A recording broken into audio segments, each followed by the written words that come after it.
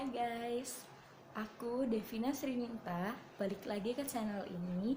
Kali ini aku akan membahas tentang materi kuliah aku, yaitu Manajemen Operasi, terhadap hubungannya dengan Work from Home, WFH, yaitu kerja dari rumah, yang ditimbulkan oleh wabah COVID-19 atau virus corona. Selamat menyaksikan. Seperti yang kita tahu, virus corona sudah sangat banyak menyebar di berbagai negara di dunia. Sudah banyak memakan korban jiwa dan sudah semakin banyak orang yang terinfeksi. Virus corona ini diketahui dapat menular dari orang ke orang lain dengan adanya kontak fisik ataupun jarak yang berdekatan.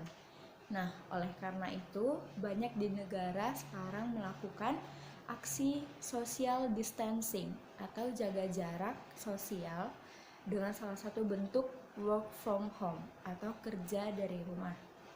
Nah, virus corona ini sendiri pastinya banyak mempengaruhi beberapa aspek seperti pendidikan, politik, maupun ekonomi. Pendidikan sekarang kita tahu kuliah dan sekolah sudah dilakukan menjadi dalam bentuk daring atau online. Dalam bentuk pemerintahan juga sekarang mereka melakukan diskusi melalui online, dan yang paling besar itu dampaknya adalah terhadap perekonomian. Nah, hubungannya work from home atau WFH dengan manajemen operasi, yang seperti kita ketahui bahwa perekonomian itu tidak terlepas dari perusahaan. Di perusahaan pasti akan selalu ada manajemen operasi. Jadi di perekonomian ini banyak perusahaan industri. Jika adanya work from home atau kerja dari rumah, akan sulit terhadap beberapa perusahaan industri, terutama di bagian produksi. Karena apabila mereka menghentikan aktivitas kegiatan mereka, maka mereka tidak akan melakukan produksi, mereka akan kehabisan persediaan, dan mereka juga mungkin akan mengalami kerugian yang besar. Nah, oleh karena itu, work from home, kerja dari rumah ini mungkin akan sulit dilakukan kepada perusahaan-perusahaan industri, terkhususnya di bidang produksi.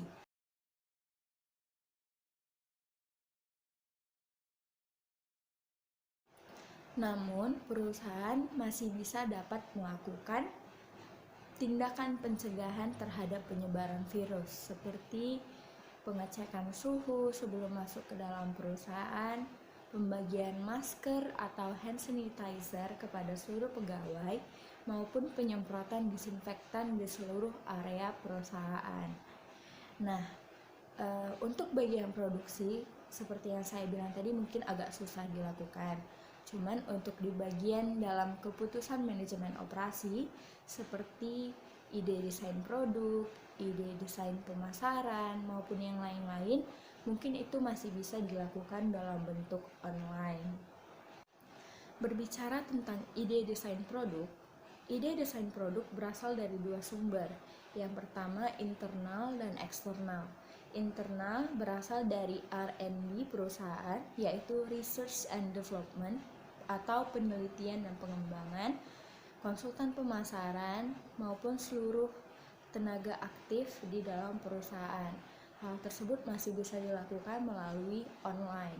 Tetapi untuk sumber eksternal agak sulit dilakukan karena dengan adanya aksi social distancing ini akan sulit untuk perusahaan mengetahui bagaimana kecenderungan pasar sekarang dan bagaimana masukan ataupun saran dari para pelanggan karena adanya aksi social distancing.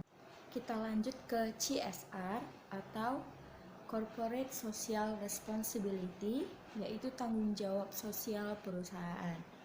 Nah, pada saat virus corona sedang menyebar di mana-mana, ini bisa menjadi salah satu langkah atau pendorong perusahaan untuk melakukan CSR-nya atau tanggung jawab sosialnya, seperti penyemprotan disinfektan ke area di sekitar perusahaan pembagian masker ataupun hand sanitizer, dan berbagai macam hal lainnya yang bisa meningkatkan pandangan atau citra masyarakat terhadap perusahaan kita.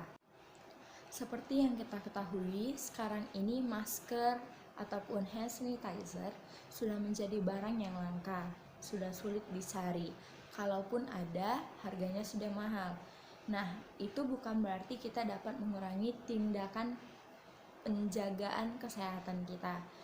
Seperti sekarang ini udah banyak sekali beredar video di internet bagaimana cara membuat hand sanitizer sendiri ataupun cara membuat cairan disinfektan sendiri tanpa harus membelinya. Nah, kelangkaan barang-barang tersebut disebabkan oleh adanya panic buying, yaitu pembelian secara panik. Di sini kondisinya di mana orang-orang membeli sangat banyak suatu barang dalam jumlah yang besar sehingga menyebabkan persediaan menjadi semakin tipis dan barang tersebut menjadi semakin langka, sehingga beberapa orang yang hendak ingin memilikinya juga sulit mendapatkannya. Nah, karena kelangkaan itulah menyebabkan barang tersebut bisa menjadi mahal. Barang-barang mahal tersebut mungkin tidak akan berdampak kepada sebagian orang, tetapi pasti akan berdampak terhadap masyarakat perekonomian ke bawah, karena akan merugikan mereka membeli dalam jumlah yang mahal. Nah, akibatnya dari situ bisa saja orang yang sangat-sangat membutuhkan itu dalam kondisi sekarat atau dalam kondisi sakit yang benar-benar sangat membutuhkan masker misalnya, tidak bisa kedapatan karena adanya panic buying yang dilakukan oleh orang-orang lain tadi, sehingga orang yang sedang darurat ini tadi pun bisa menjadi salah satu korban dari virus corona. Di saat seperti inilah manajemen operasi harus bekerja lebih keras bagaimana caranya untuk selalu menyediakan persediaan, selalu menghasilkan produk agar tidak terjadi kelangkaan seperti barang-barang yang tadi. Nah, dari sini manajemen operasi juga bisa lebih mempertimbangkan berapa harga yang selayaknya untuk dijual pada saat kondisi seperti darurat ini.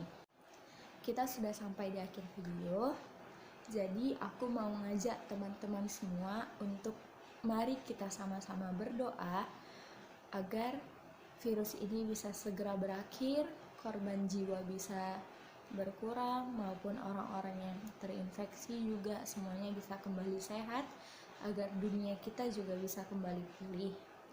Mari kita sama-sama melakukan kesehatan, melakukan kebersihan demi dunia kita yang lebih sehat. Sekian yang bisa saya sampaikan. Terima kasih telah menyaksikan.